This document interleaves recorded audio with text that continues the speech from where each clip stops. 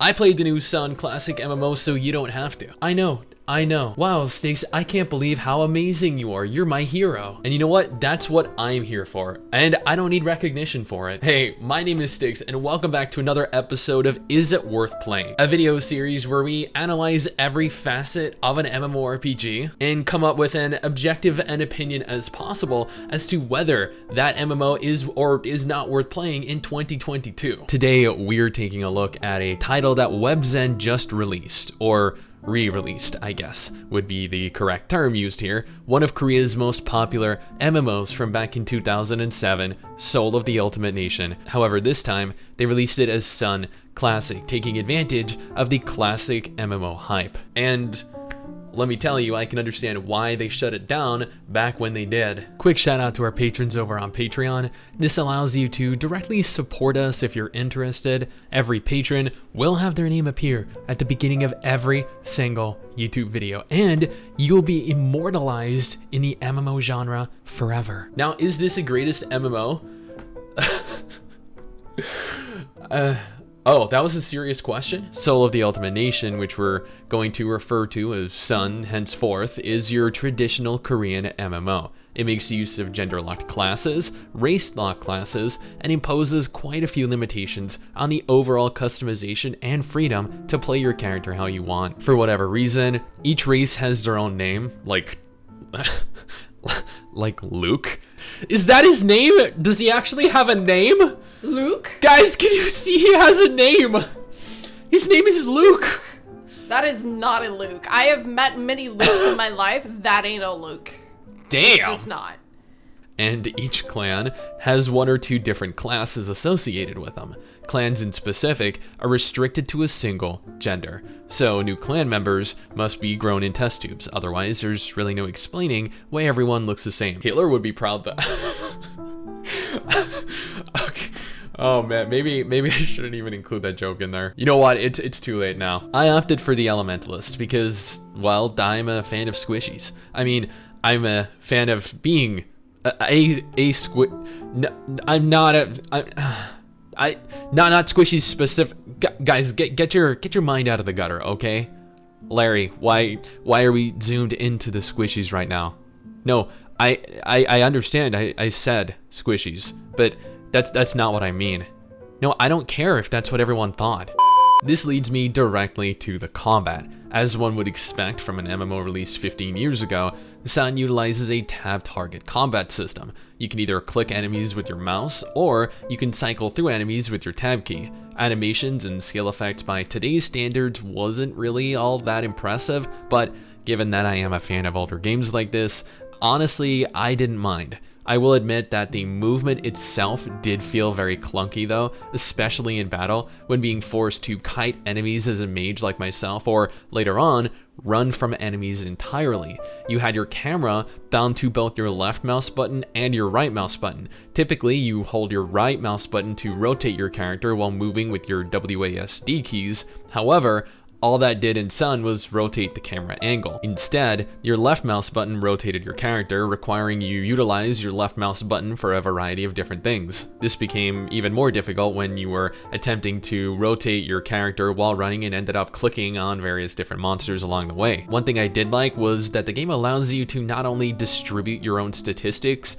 vitality, intelligence, strength, but it also allows you to spec into various different skills. This provides you a bit of character depth. You can be something like a tanky fire mage, or a squishy support mage with heals, or somewhere in between with a focus on something like ice AoEs and crowd control. However, even though I did opt to go the glass cannon build, even all the way up to level 20, I had encountered absolutely no difficulty or resistance in either the open world or in dungeons. Mrs. Stix and I moved through them with me tanking 20 to 30 monsters at any given time, barely needing to even pop a potion to sustain myself, which made combat very, very easy and kinda boring. You hit so much harder than I do. What even is this though? Birds? Like, I know I know I have taken on a lot of guys at once before. Never this many though. And I've never bled this profusely from a pounding this hard. Add on to that the auto combat feature that you see down the bottom of the screen just above my hotbars. Yeah, imagine a game being so incredibly grindy that the developers themselves know that you don't actually even want to play the game. Thus, they introduce a feature so you don't have to. Graphically, SUN isn't a bad looking game. It doesn't do anything to really set itself apart from games that released in the 2000s though. When asked what this game felt like to me, I said that it kind of reminded me a lot of Lineage 2, just a cheaper version of it. Skill effects look alright, my fire spells literally shot out tiny little puffs of fire, and the environments were kind of flat. Speaking of the environments though, I will be the first to admit that the world in SUN is horrible. The zones are segregated much like Blade and Soul, much like Guild Wars 2 or Final Fantasy 14, and that is fine. I enjoy my segregated MMOs. However, while the game gives you the illusion of freedom, you are in fact severely restricted in what you can do and where you can go. Zones seem open, they look like you can run anywhere, that you can reach anything. You're even given the ability to jump, something that feels almost entirely useless, as for the most part, you're unable to seamlessly move between different levels of terrain. You see that little ledge there? It's a 2-foot drop, but you can't jump down. Instead, you need to run around a 45-second loop to get there, then loot the item, then run 45 seconds back up the hill to talk to the NPC. Honestly, it is a massive, time-consuming, well, time sink that really just should not be present in the game. As a fan of narratives in my games, SUN did admittedly leave me very sorely disappointed. Interestingly enough, every dungeon we entered was narrated by some random ass lady that I didn't recognize, fully voice acted as well. Nearby the Iron Beast tribe's village, cast off foul black ether, and began polluting the nature.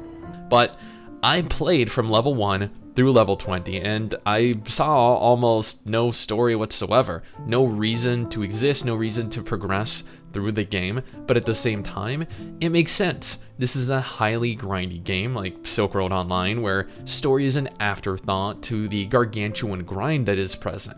And as someone who does have very limited time running multiple different YouTube channels and streaming, however, I find myself drawn to worlds that I can become enthralled in. This was not one of those. SUN Classic does do something well though. It provides players a plethora of things to do. Every couple levels, there was a brand new dungeon to do. These dungeons could be done solo or in a group, and there were various types of dungeons that you could queue for. There was, at least up until level 20, a fairly substantial number of quests, so while grinding is definitely something that is recommended, doesn't force you into it, turning you away from what could potentially be an enjoyable experience otherwise.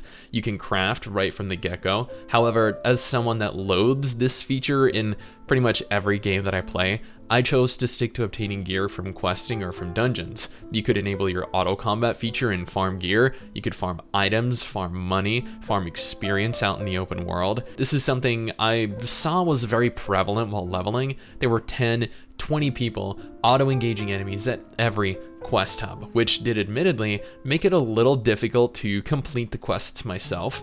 There were world bosses that you could kill. Both Mrs. Stix and I actually happened to witness, to see, and experience a world boss firsthand. Run! Run, Forrest, run! Oh my god, it was so big. Well, if anyone has That's not the first time redemption. I've ever heard that.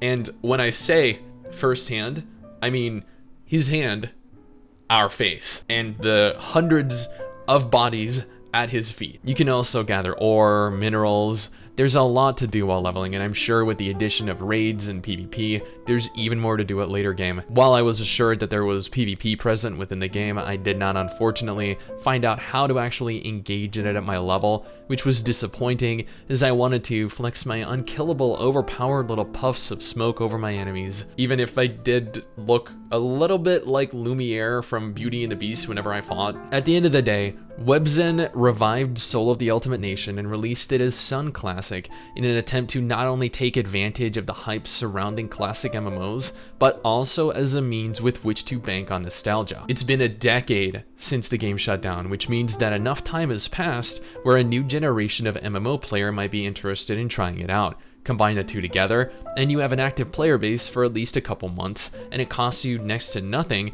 but fees for a single server. This game honestly looks decent enough given when it was released. The limitations imposed on exploration were a little bit irritating trying to navigate around, but it is not the end of the world.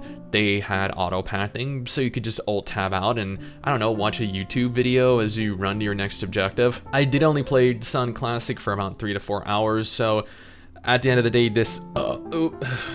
excuse me. I did only play SUN Classic for the first 3 to 4 hours, so this is an introductory look at the game as opposed to a deep dive, so there's no doubt plenty of the game that I missed. But with each quest taking, and I'm not even kidding here, 10 to 15 minutes worth of grinding to complete, I felt like I knew the direction the game was going. Overall, the combat was bland, slow, clunky, and the camera made it so much worse. Honestly, graphically, I've seen much worse. Character models and armor actually looked much better than the world itself though. Now if I can locate the narrative, then I would have given it at least a 1. The world felt flat, linear, and empty. Hordes of monsters could be found around every corner, but it served no purpose other than to extend playtime by running you back and forth across the map. And there was actually a decent amount of things to do, with more to do later in the game. This was by far one of the, well, less interesting MMOs that I've played. I know I didn't invest nearly as much time into this as perhaps I could have, but